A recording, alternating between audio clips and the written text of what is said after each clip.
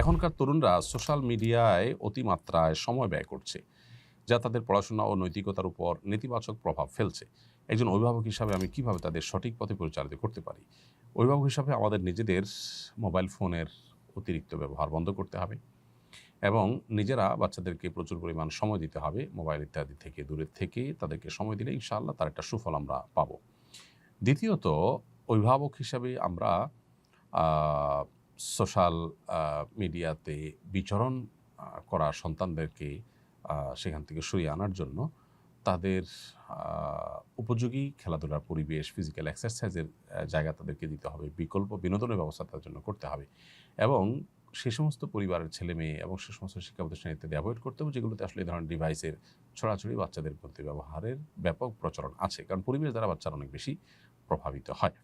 তারপরও আজকে চতুর্দিকে মানুষ যেভাবে আক্রান্ত এই রোগে, সেখানে আসলে শুধু কিছু পরিবারের সাথে মেশা বন্ধ করে দিলে সন্তানরা যে একেবারে নিরাপদ হয়ে যাবে তা নয়। জন্য এক্সট্রা আরও বিভিন্ন রকমের অ্যাক্টিভিটিস চালাতে হবে।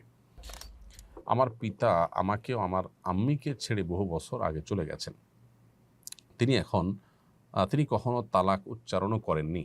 বর্তমানে আমার বয়স ১৯ বছর এবং আমার আম্মি অসুস্থ। আমি চাই তিনি অন্যত্র বিয়ে করে নতুন জীবনযাপন শুরু করুন। এখন প্রশ্ন হলো, এই অবস্থায় আমার আম্মি কি অন্যত্র বিয়ে করতে পারবেন? আর দ্বিতীয়ত, তালাক ছাড়া ইদ্যত কীভাবে গণনা করা হবে, তা কতদিন হবে? দেখুন, প্রথম কথা হলো যে আপনার আম্মি তিনি আপনার বাবার কাছ থেকে যেহেতু তালাকপ্রাপ্তা হননি, অতএব তার জন্য ইদ্যত প্রযোজ্য হবে না।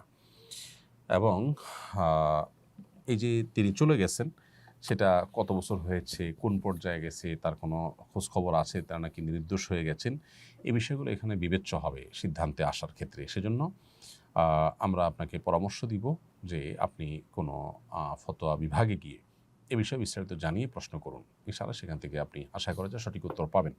কারণ এখানে আরও বেশ কিছু কোয়েরি আছে যেগুলো আপনার কাছ থেকে আমার জানা দরকার, সেগুলো করা দরকার। সেগুলো করার সুযোগ যেহেতু নাই, অতএব আমরা এটা স্কিপ করছি।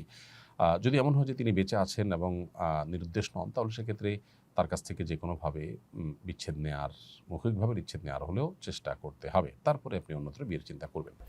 মহসিনা আক্তার মোমো আপনি লিখেছেন, আমার বাবার ৩ ভাই ২ বোন।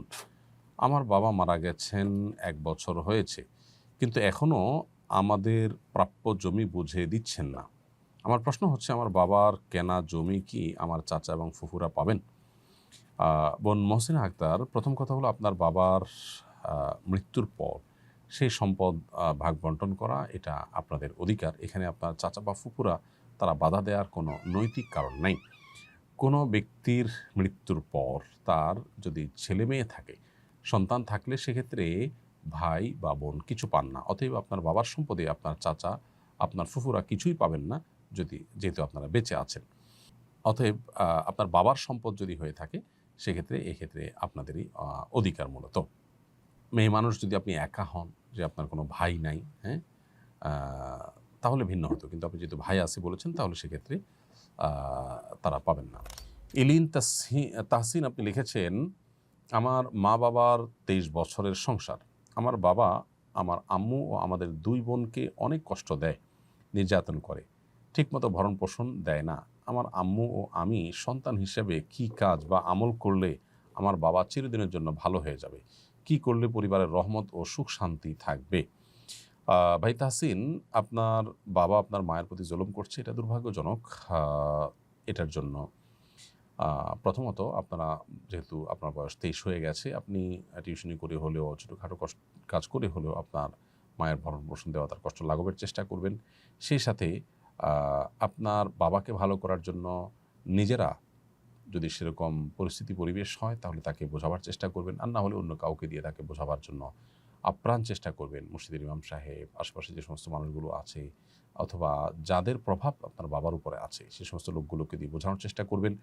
ওলামা ইকরামের বক্তব্য শোনানোর চেষ্টা করবেন। বিভিন্ন কৌশলে তাকে কাউন্সেলিংয়ের চেষ্টা করবেন এবং সবশেষে আল্লাহর কাছে দোয়াও অব্যাহত রাখবেন। এরপরও যদি কোনো উপায়ে তিনি সংশোধন না হন, তাহলে সেক্ষেত্রে সন্তান হিসেবে বাবার শাসনের দায়ভার আপনার কাঁধে নেওয়ার সুযোগ কিন্তু নেই। সবর আপনাদের করতে হবে এবং আপনার মাকেও সেই সাথে বোঝাবেন যে দুনিয়া এটা জান্নাত নয়, সেখানে সব কিছু মন মতো হয় না, বিধায় সবরের কোনো বিকল্প ইমানদারের জন্য নেই, বিধায় সবরের পথটাকে অবলম্বন করতে হবে। সোমাইয়া চৌধুরী আপনি লিখেছেন,